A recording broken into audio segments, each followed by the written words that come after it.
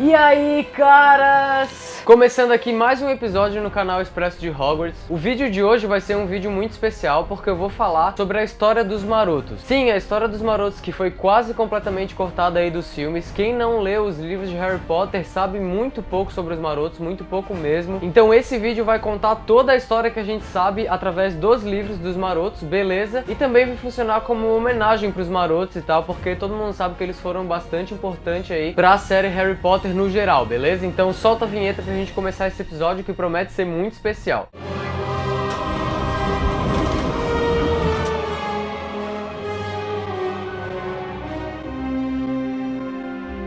Bom, em primeiro lugar eu preciso falar que eu vou focar em pontos especiais aí, mais importantes da vida dos Marotos, e que nesse vídeo eu vou focar somente na história da juventude deles, beleza? Nos anos escolares, porque eles só eram os Marotos mesmo nos anos escolares, né? Eles pararam de ser os Marotos quando o Tiago morre e quando o Pedro foge, então não faz sentido eu falar muito dos Marotos depois que eles já não eram mais de fato um grupo escolar, né? Depois que cada um seguiu a sua vida e tal. Então eu vou começar falando um pouquinho sobre cada um dos Marotos, fazer uma biografia bem rapidinha aí dos quatro, e depois eu vou juntando história a história, desde o momento que eles se conheceram até o momento que eles acabaram, beleza? Então, vamos lá. Começando então com o nosso querido Tiago Potter, sim, o pai do Harry. Tiago Potter, nascido em 27 de março de 1960, sangue puro. Foi pra Grifinória, assim como seus três amigos. Todos os Marotos foram da Grifinória, né? Importante falar isso. Há divergências aí de gente que fala que talvez o Rabicho tenha ido pra Sonserina, mas não, ele foi pra Grifinória, beleza, galera? E uma parada importante pra falar aqui do Tiago é uma coisa que pouca gente sabe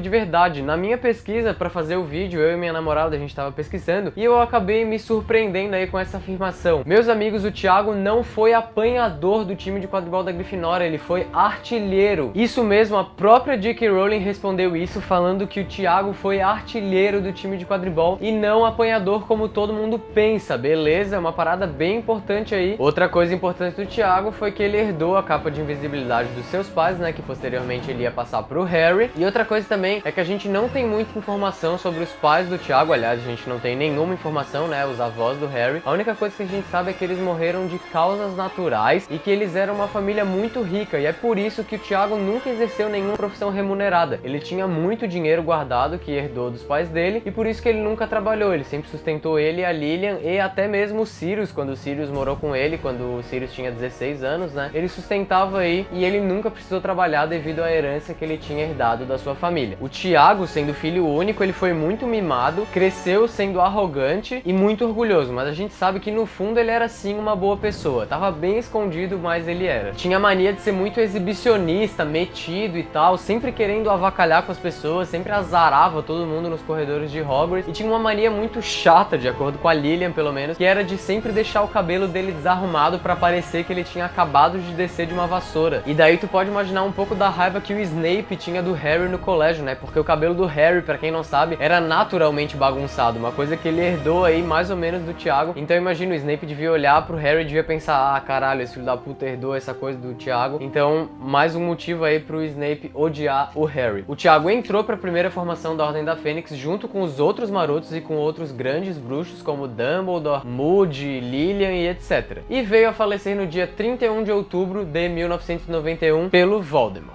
Vamos falar um pouco agora do Sirius Black. Sim, Sirius Black, o padrinho de Harry Potter, melhor amigo de Tiago e tudo mais. O Sirius nasceu em 1959, não se sabe ao certo a data que ele nasceu, beleza? Só se sabe que foi em 1959. Toda a sua família foi da Sonserina e era aquele tipo de família sangue puro tradicional, que não gostava de trouxas, de nascidos trouxas, etc, e prezava muito a sua descendência sanguínea, mas a gente sabe aí que o Sirius não herdou esse pensamento e que ele acabou indo pra Grifinória, contradizendo completamente aí a linhagem sanguínea dele, o que é muito legal. E que deixou a família dele bem decepcionada por outro lado também, mas isso aí vai ser consequência de outra coisa que eu já vou explicar daqui a pouco, beleza? Como eu já falei, com 16 anos ele foge de casa e vai morar junto dos Potter. Dos Potter, quando eu digo, não é do Tiago, da Lilian família aí do Harry, mas sim do Tiago e de seus pais, beleza? E a partir desse ato, então, a mãe do Sirius, a Valburga Black, queima o nome e o rosto dele da tapeçaria genealógica que ficava lá no Largo Grimmauld número 12, né? Eu separei aqui um trechinho da J.K. em uma entrevista falando sobre o Sirius, que é bem interessante e define bastante aí o personagem. Vou ler aqui pra vocês. Eu de fato gosto dele, do Sirius, embora eu não o ache completamente maravilhoso. Ele é corajoso, leal, determinado, amargurado e um pouco desequilibrado devido à sua longa estadia em Azkaban. Mas a sua qualidade de redenção é a afeição que ele é capaz de sentir. Ele amou Tiago como um irmão e passou essa afeição para Harry. Muito bonito isso daí, né, galera? Bem legal mesmo. Uma coisa bem legal e interessante que a gente tem pra falar aí do Sirius também e da sua família, né, é que a maioria dos nomes deles são derivados de nomes de estrelas. Uma das únicas bruxas dessa família Black que não tem o nome derivado de estrela é da Narcisa, beleza? Mas o resto é quase todo nome derivado de estrelas. E Sirius é o nome da estrela mais brilhante do céu noturno e essa estrela se situa na constelação de Cão Maior. E agora tu pensa, Sirius é a estrela mais brilhante do céu noturno e fica na constelação de Cão Maior, que reflete na sua forma animaga posteriormente, né? Eu acho que todo mundo sabe aí que o Sirius vira um grande cão negro. Nos livros isso é deixado bastante claro, mas no filme eles não colocaram um cão tão grande assim, é só um cão bem magro, magricela, pequenininho, etc. Mas era pra ser um cão bem grandão aí, o animal que o Sirius se transforma. Sirius Black foi morto no dia 18 de junho de 1996 e a sua morte foi causada pela sua própria prima Bellatrix Lestrange. E por que eu digo a sua morte foi causada e não a Bellatrix matou ele? Uma coisa que os fãs falam muito e tal é que a Bellatrix matou o Sirius, mas isso não ocorreu de fato, beleza? Ela até podia estar duelando com o Sirius ali na intenção de matar ele, mas o que aconteceu na prática não foi isso. No livro é descrito que Sirius e a Bellatrix estavam duelando e que a Bellatrix lança um feitiço sobre o peito do Sirius e que, com o impacto desse feitiço, o Sirius voa através daquele véu que a gente conhece no filme, né? O véu que ele atravessa e tudo mais. Então, teoricamente, a Bellatrix não matou ele, ela apenas ocasionou a morte dele. Mas um jeito que o pessoal do filme encontrou aí de realmente deixar claro que o Sirius morreu foi fazendo a Bellatrix lançando um Avada Kedavra aí no Sirius e definitivamente acabando com os boatos que os fãs faziam lá por 2007. Sim, lá por 2007, 2006 mais ou menos. Os fãs ainda achavam que o Sirius ia voltar e tal, mas o pessoal da produção do filme fez a Bellatrix realmente matar ele com a Avada Kedavra, estacionando aí todas as dúvidas que os fãs ainda tinham dentro de suas cabecinhas. Falaremos então agora sobre o Remo Lupin, nosso querido lobisomem, professor do Harry em Prisioneiro de Azkaban e etc. O Lupin nasceu no dia 10 de março de 1960 e ele era mestiço, beleza? O Lupin se tornou lobisomem com apenas 4 anos de idade, beleza, galera? Uma parada bem intensa aí. O lobo Greyback que mordeu ele quando ele tinha apenas 4 anos, devido a um incidente com o pai do Lupin. O pai do Lupin falou umas coisas aí que o Greyback não gostava e o Greyback, pra se vingar, foi lá e mordeu o filho dele com apenas 4 anos de idade. Uma parada bem cabulosa aí. Quando ele foi pra Hogwarts, Dumbledore assegurou que ia construir uma casa e um túnel subterrâneo pro Lupin poder ir até essa casa, pra ele ter as suas transformações aí de lobisomem mais tranquilas, digamos assim, né? E posteriormente essa casa ficou conhecida como Casa dos Gritos, devido aos gritos que o Lupin dava quando ele tava se transformando e tudo mais, porque ele se machucava muito, e o Dumbledore só foi ajudando aí a construir um mito de que a Casa dos Gritos era realmente mal assombrada e fez com que nenhum habitante do vilarejo de Hogsmeade tivesse curiosidade de ir lá na casa e tudo mais, porque eles realmente acreditavam que era uma casa bastante mal assombrada. Ah, e esse túnel também que eles construíram em Hogwarts é aquele túnel que fica embaixo do Salgueiro Lutador, beleza? Então o Salgueiro Lutador foi plantado em Hogwarts no ano que o Lupin foi pra lá, beleza? A gente pode falar que o Lupin era o mais maduro dos 4 marotos, era mais cabeça, o menos cuzão e tudo mais, o cara que colocava os outros 3 ali na linha. Ele não enchia o saco do Snape e tudo mais, ele sempre ficava de canto quando o Tiago e o Sirius enchiam ali o saco do Snape e tal. Inclusive uma coisa bem legal que a gente pode falar do Lupin aí é que ele foi monitor, e tendo esse cargo de monitor em mãos, ele tinha a chance de fazer o Tiago e o Sirius se acalmarem um pouco, não serem tão cuzões assim, mas ele não tinha coragem de deter os seus melhores amigos, e ele conta aí futuramente pro Harry que ele se arrepende e muito disso, que muitos problemas poderiam ter sido evitados caso ele tivesse a coragem de conter os seus amigos, mas ele não fez isso e se arrepende. Vou ler pra vocês aqui também um trechinho da J.K. falando sobre o Lupin, beleza? Lupin é um ótimo professor e também um ótimo homem, mas possui um defeito: gosta muito de ser querido, e é aí que ele erra. Por nunca ter tido facilidade para fazer amigos, devido à sua condição de lobisomem e tudo mais, né? Remo acaba tão grato que acaba enxergando qualquer pessoa que goste dele como alguém bom, o que o torna um tanto descuidado quanto às suas amizades. Uma parada bem triste aí do Lupin, né, galera? Porra, isso é muito triste de verdade. E o Lupin foi morrido... Nossa, morrido! Puta que pariu! E o Lupin foi morto pelo Antônio Dolohov, um comensal da morte, no dia 2 de maio de 1998, o dia da Batalha de Hogwarts, né? Falando um pouco agora sobre o Pedro Pettigrew, sim, o Perebas, o ex-rato do Rony, o mais cagão ali, o traidor, o que fez praticamente Lilian e Tiago serem mortos e desenrolar toda a história que a gente conhece aí do mundo de Harry Potter. Pedro nasceu em 1960 e assim como o Sirius, a gente não tem uma data definida pro seu nascimento, apenas que ele nasceu em 1960. E muita gente se pergunta por que o Pedro acabou indo pra Grifinória e tal. Tipo, ele não tem nenhuma característica de um Grifinória. Por que o Chapéu Seletor acabou colocando ele na Grifinória? E vamos a algumas teorias que existem por aí. O Chapéu Seletor pode ter levado em consideração aí a adoração que ele tinha por pessoas melhores do que ele, digamos assim, que no caso era o Tiago e o Sirius, né? Ele já pagou pau pro Tiago e o Sirius logo na primeira hora que viu eles ali e tal. E o Chapéu Seletor pode ter confundido esse sentimento de vontade de adquirir, essa bravura e tudo mais, como uma característica de um amigo verdadeiro e não alguém realmente leal e corajoso, que são as características de um Grifinório, né? E outra teoria é que ele pode ter pedido pro Chapéu, simplesmente como o Harry também pediu, pra não ter ido pra nenhuma casa e sim pra ter ido pra Grifinória. São as duas teorias que existem aí do porquê o Pedro ter ido pra Grifinória. E também separei um trecho aqui da J.K. falando sobre o Pedro. Vamos lá. Rabicho é um covarde que sempre ficará na sombra daquele que for o mais forte. Isso define tudo, né, galera? E o Pedro morreu em 1998 aí na mansão dos Malfoy, com aquela mão prateada que o Voldemort dá pra ele. Isso foi completamente cortado dos filmes, mas nos livros a gente sabe que isso acontece. O Harry pede pro Pedro ter compaixão e tudo mais, que ele salvou a vida dele, etc. E o Pedro acaba hesitando, ele realmente não mata o Harry, e ao não querer matar o Harry, a mão sufoca ele automaticamente ali, ele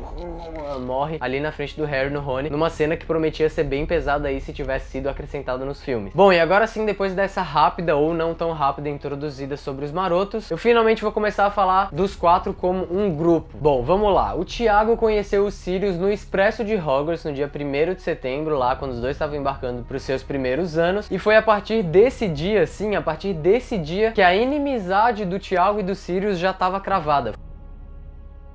Foi nesse mesmo dia que o Tiago e o Sirius inventaram o apelido de Ranhoso, e desse dia pra frente então os dois já estavam decretados como inimigos pra sempre. Bom, e aonde que a amizade dos quatro marotos começa de fato? Eles já eram amigos antes, claro, né? Mas quando os quatro perceberam que eles eram realmente muito amigos mesmo, foi quando eles descobriram que o Lupin era um lobisomem e trabalharam a qualquer custo ali pra conseguir virarem animagos, e eles finalmente conseguem esse feito aí no 5º ano deles em Hogwarts. O Tiago se transforma num cervo ou veado, Sirius se transforma num grande cão negro, como eu já falei, Rabicho se transforma num rato e o Lupin já era um lobisomem por si só, né? Então ele não precisava se transformar em nada. E são dessas suas quatro formas animais que surgiram os quatro apelidos tão famosos aí dos marotos. Tiago era Pontas devido às pontas dos chifres do veado, Sirius era Almofadinhas devido às patinhas do cachorro serem muito fofinhas e tudo mais, o Pedro era Rabicho, que em português não faz muito sentido, mas em inglês é Wormtail, e Wormtail significa rabo de minhoca, porque o rabinho do Pedro Pettigrew parecia uma minhoquinha e tal, então por isso Wormtail. E o Lupin aluado devido a se transformar em um lobisomem em toda lua cheia, né? Então por isso o aluado. O Lupin ficou muito feliz quando tudo isso aconteceu, eles virarem animagos e tudo mais, porque foi a primeira vez na vida dele que ele realmente teve amigos, e eles passavam horas andando pelo castelo transformados e tudo mais. Ah, uma coisa interessante também é que eles conseguiam meio que controlar o Lupin, porque os animais que o Sirius e o Tiago se transformavam eram muito grandes, então eles conseguiam conter a força bruta aí do Lupin. E o Rabicho, por ele ser muito pequeno, ele conseguia atravessar o Salgueiro Lutador e apertar no nó, o nó que imobiliza o Salgueiro Lutador e tudo mais, né? Por ser tão pequeno, ele conseguia fazer isso. Então era a combinação perfeita. O Rabicho ia lá, imobilizava o Salgueiro Lutador, eles entravam na casa, e lá, quando o Lupin se transformava, o Tiago e o Sirius conseguiam conter a força bruta aí do Lupin. Uma coisa bem séria que acontece aí também nos seus anos em Hogwarts é quando o Sirius acha que seria legal pregar uma peça no Snape e falar pra ele ir lá na casa do Grito: ó, cara, tu quer tanto saber o que tem lá? Vai lá então, velho, atravessa aqui esse túnel e tudo mais, que tu vai ter uma surpresa bem legal. E ele encontraria com um lobisomem adulto lá, né, transformado e tudo mais. Mas quando o Snape tá indo, o Tiago se mexe na frente e fala: ó, cara, não faz isso não, que senão tu vai se dar mal e tudo mais. Então essa é uma dívida de vida aí que o Snape tem com o Tiago. O Tiago considera que ele salvou a vida do Snape e tal, num ato heróico, mas o Snape sempre achou que o Tiago só fez isso pra salvar a própria pele, porque ele sabe que se o Snape fosse lá, ia fuder e muito pro Tiago e pro Sirius. Então o Snape não considera que isso tenha sido um salvamento de vida. E o Dumbledore também obrigou o Snape a não contar da condição do Lupin pra ninguém. Então, o Snape não deixa escapar aí que o Lupin era um lobisomem apenas lá em Prisioneiro de Azkaban, como a gente já sabe, né? Uma coisa interessante de se falar é que mesmo os quatro sendo muito amigos, eles zoavam até do Rabicho, cara. Por o Rabicho ser o menor, ser o menos valente ali e tudo mais, o Tiago e o Sirius zoavam muito com o Rabicho, o que é uma parada meio triste, sabe? Pô, o Rabicho era ali amigo deles e tal, e eles zoavam o Rabicho e tudo mais. Um exemplo que a gente tem quando eles faziam aí essas zoeiras é no 5º ano deles em Hogwarts, depois deles fazerem a prova dos gnomos, né, dos níveis ordinários em magia, o Tiago rouba um pomo de ouro ali de Hogwarts, ele fica brincando de captura ali e tudo mais, e o Sirius uma hora chega pra ele e fala: "Quer guardar isso?", disse Sirius firmemente quando o Tiago fez uma boa captura e Rabicho deixou escapar um viva. Antes que Rabicho molhe as calças de excitação, então eles realmente zoavam muito o Rabicho ali e tal. E outra coisa interessante de falar sobre isso também é por que o Tiago roubou um pomo de ouro, e a JK disse que seria muito sem graça se ele tentasse se exibir pras meninas ali e tudo mais com uma goles na mão, né? Ele não ia ficar fazendo capturas de goles. Então pra ele se exibir pro pessoal de Hogwarts, pros alunos ali e tudo mais, ele roubou um pomo de ouro e ficava fazendo essas capturas aí, o que prova que ele seria um ótimo apanhador também, porque é descrito no livro que ele é muito ágil, que ele consegue fazer umas capturas bem boas aí, mas não seria tão interessante se ele roubasse uma goles e ficasse fazendo captura de goles, né? Ninguém ia achar isso legal. E nesse mesmo dia que o Tiago rouba o pomo de ouro, é o dia que acontece a pior lembrança do Snape, a lembrança que a gente vê aí em Ordem da Fênix, né? No filme ela não foi tão bem contada assim, mas no livro a gente tem uma lembrança bem pesada aí do Snape, que mostra o quão filhas da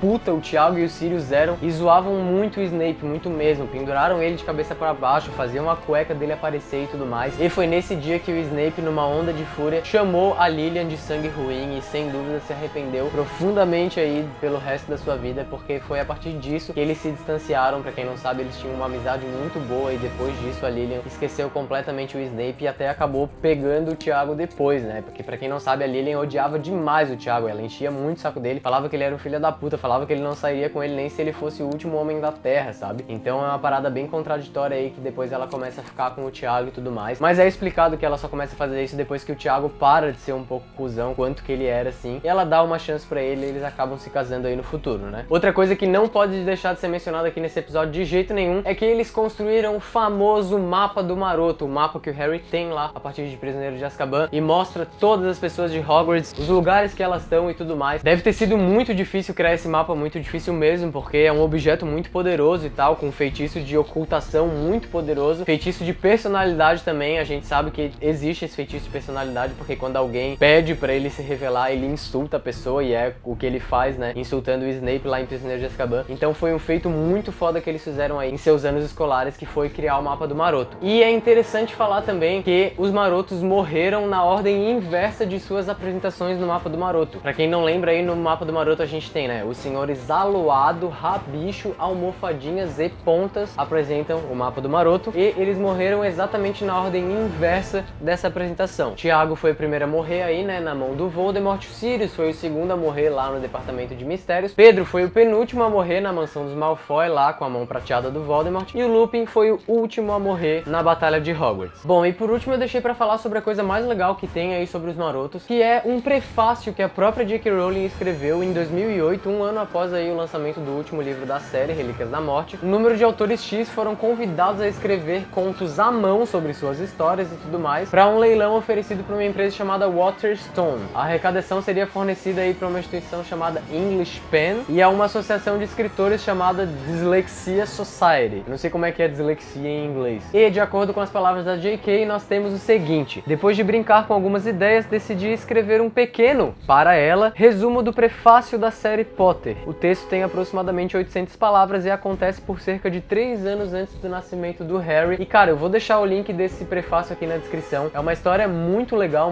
mesmo, do Tiago e do Sirius se envolvendo aí no mundo dos trouxas, sendo perseguido pela polícia trouxa com aquela moto do Sirius, né, a famosa moto do Sirius. Então é um prefácio muito legal de aproximadamente 800 palavras. Vou deixar o link aqui na descrição, se tu quiser ler, tu vai achar muito da hora mesmo. É um prefácio não muito conhecido, eu não vejo muitos fãs de Harry Potter falarem sobre isso e tal, mas uma parada muito legal que a J.K. fez aí um ano depois da série literária acabar, né? E é isso, galera, o vídeo vai ficando por aqui. É pra ser uma homenagem pros Marotos, 4 personagens muito bem construídos aí da série Harry Potter. Mesmo que o Pedro tenha sido um traidor e tudo mais, a gente não pode negar que ele é um personagem muito bem construído, que tem uma história muito foda aí ao longo dos anos e tudo mais. Então Então fica esse vídeo aqui como homenagem pros marotos e também como fonte de informação pra quem não lê os livros e é fã de Harry Potter que só tem assistido aos filmes, beleza? Eu espero que vocês tenham gostado, ele deu bastante trabalho pra fazer, então eu peço o like de vocês aí encarecidamente. Compartilhem com seus amigos que sejam fãs de Harry Potter, falem, olha só que vídeo legal sobre os marotos e tudo mais. Se inscrevam aí no canal pra não perder nenhuma atualização que eu postar aqui. Me segue no Twitter, eu sempre deixo o link na descrição e aqui pela tela. Curte a página do Expresso lá no Facebook, pra quem não sabe, eu posto muitas informações adicionais